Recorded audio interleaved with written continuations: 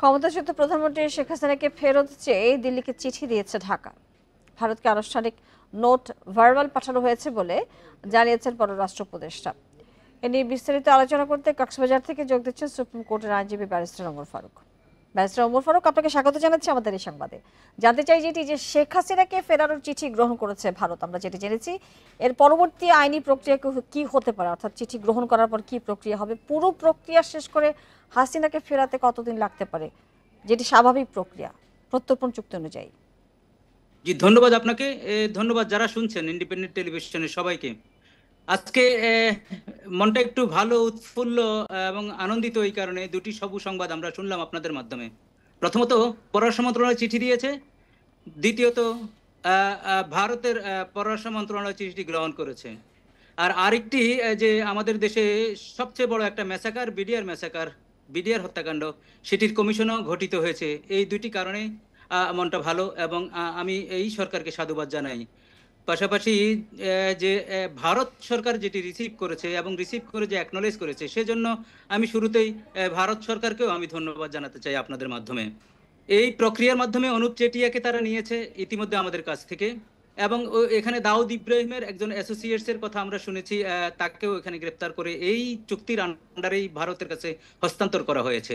সুতরাং যদি আপনি সময়ের ক্ষেত্রে বলেন, আমি মনে করি যে অনুপ চেটিয়াকে নিতে যে সময় লেগেছে, হয়তো আমাদের সাবেক প্রধানমন্ত্রী, যাকে আমরা ফেসিস্ট বলি, ফেসিস্ট তকমা নিয়ে যিনি দেশ ছেড়েছেন, তাকে ফেরত দিতে হয়তো এই সময় লাগবে, এর বেশি সময় লাগবে না। আর পাশাপাশি ভারত সরকার ওনাকে প্রশ্রয় দিয়ে বাংলাদেশের মানুষের, বাংলাদেশের গোটা মানুষ, গোটা বাংলাদেশিদের কাছে যে তারা একটি অপরাধের পর্যায়ে পড়েছেন, বা একটি বাংলাদেশের মানুষ এটি ভালোভাবে নেয়নি, সেইটিও হয়তো ওনাকে ফেরত দিয়ে সেটিরও এই প্রেক্ষিতে জিজ্ঞাসা করছি, আজকে স্বরাষ্ট্র উপদেষ্টা তিনি আশা করছেন যে এই চুক্তি অনুযায়ী শেখ হাসিনাকে ফেরাতে পারবেন। আপনি আশ্রয় প্রশ্রয়ের কথা বলছেন সব মিলে। এই পরিস্থিতিতে বাংলাদেশের সাথে সম্পর্ক, রাজনৈতিক কূটনৈতিক সব সম্পর্ক মিলে যদি বিশ্লেষণ করে আপনাকে জিজ্ঞাসা করি, ভারত কি শেখ হাসিনাকে ফেরত দেবে বাংলাদেশকে? আমি তো মনে করি ভারত দিবে। ইতিমধ্যে ভারত যে প্রেসারে পড়েছে, ইতিমধ্যে ভারতের সুশীল সমাজ যে আজকে ফ্যাসিস্ট সরকারকে যে আশ্রয় প্রশ্রয় দিয়েছে, নট অনলি ফ্যাসিস্ট সরকার, তার অ্যাসোসিয়েটস অনেক আমরা শুনতেছি যে ওখানে আশ্রয় প্রশ্রয় দিয়েছে। তার মানে এতদিন তো এই সরকারকে সমর্থন দিয়েছে, এখন ফ্যাসিস্টকেও ভারত সমর্থন দিচ্ছে। এটি কিন্তু ভারতের সুশীল সমাজ এই ভারতের সরকারের প্রতি অনেক চাপ প্রয়োগ করেছে, অনেক লেখালেখি হয়েছে, আন্তর্জাতিক মিডিয়াতে এসেছে। আর ভারত, আমি আশা করব যে আন্তর্জাতিক আইনও মেনে চলবে, এবং ভারত যেই প্রক্রিয়ার মাধ্যমে আমাদের দেশে থাকা, তার দেশে তা ঘোষিত সন্ত্রাসীদেরকে নিয়ে গিয়েছে, সুতরাং সেই ক্ষেত্রে একই ট্রিটমেন্ট শেখ হাসিনার ক্ষেত্রেও ভারত দেবে।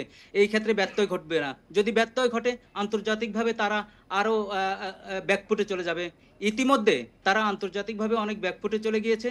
তারা এই আশ্রয় প্রশ্রয় দেওয়ার মাধ্যমে অনেক ব্যাকফুটে গিয়েছে। সেটির থেকে উত্তরণের জন্য, তাদের ইমেজকে পুনরুদ্ধারের জন্য হলেও আমি মনে করি ভারত জি, আপনি কি মনে করছেন যে এই চুক্তিতে কোনো ধরনের কোনো আইনি ফাঁক রয়েছে কিনা, এবং সার্বিকভাবে যদি জিজ্ঞাসা করি যে শেখ হাসিনার বিরুদ্ধে দায়ের করা যে মামলাগুলো রয়েছে সেই বিষয়গুলো নিয়ে আপনার মন্তব্য? ৩০০ মামলার কথা বলা হচ্ছে, ৩০০ মামলাই কি আসলে শেখ হাসিনার বিরুদ্ধে সঠিক মামলা কিনা? ৩০০ মামলার তো দরকার নাই। ১০০ মামলায় উনি যদি কনভিক্ট হয়ে যান, উনি গিলটি হয়ে যান, ওনার সেন্টেন্স হয়ে যায়, ইটস গুড এনাফ। আর এটি তো সত্যি যে সারা পৃথিবী দেখেছে যে শেখ হাসিনা এবং তার প্রত্যক্ষ এবং সরাসরি হুকুমে কি হয়েছে, কি নারকীয়জ্ঞ হয়েছে। এটির থেকে তো আর পরিত্রাণ পাওয়ার সুযোগ নেই। এটা বিশ্ব প্রত্যক্ষ করেছে, আমাদের 18 কোটি লোক প্রত্যক্ষ করেছে, আমাদের মিডিয়াগুলো প্রত্যক্ষভাবে এই লাইভ প্রোগ্রাম চালু করেছে, এবং ওনার বিভিন্ন কর্মকাণ্ডগুলো থেকে শুরু করে যা যা হয়েছে, ইভেন কলকাতাতে প্রসেশন হয়েছে আমাদের সমর্থনে, দিল্লিতে প্রসেশন হয়েছে, ইন্ডিয়ার বড় বড় নামী বিশ্ববিদ্যালয়গুলো এই ফ্যাসিস্ট সরকারের বিরুদ্ধে কিন্তু সোচ্চার হয়েছিল। সুতরাং এই ক্ষেত্রে আমরা দেখেছি বিশ্বব্যাপী আসলে নানান পরাশক্তিগুলোর মধ্যে, এবং এই সাবকন্টিনেন্ট এবং অন্যান্য যে পরাশক্তিগুলো রয়েছে, নানান ধরনের রাজনৈতিক কূটনৈতিক রাজনৈতিক বিষয়গুলো আসলে চলমান।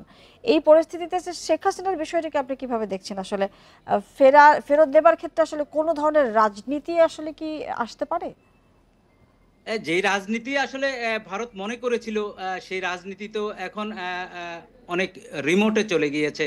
ভারত যে একজন ব্যক্তির সাথে সম্পর্ক রেখে, একটি দলের সাথে সম্পর্ক রেখে যে আজকে 15 বছর যা করেছে, এটি যে ভুল হয়েছে এটি তো এখন ইতিমধ্যে উপলব্ধি হচ্ছে।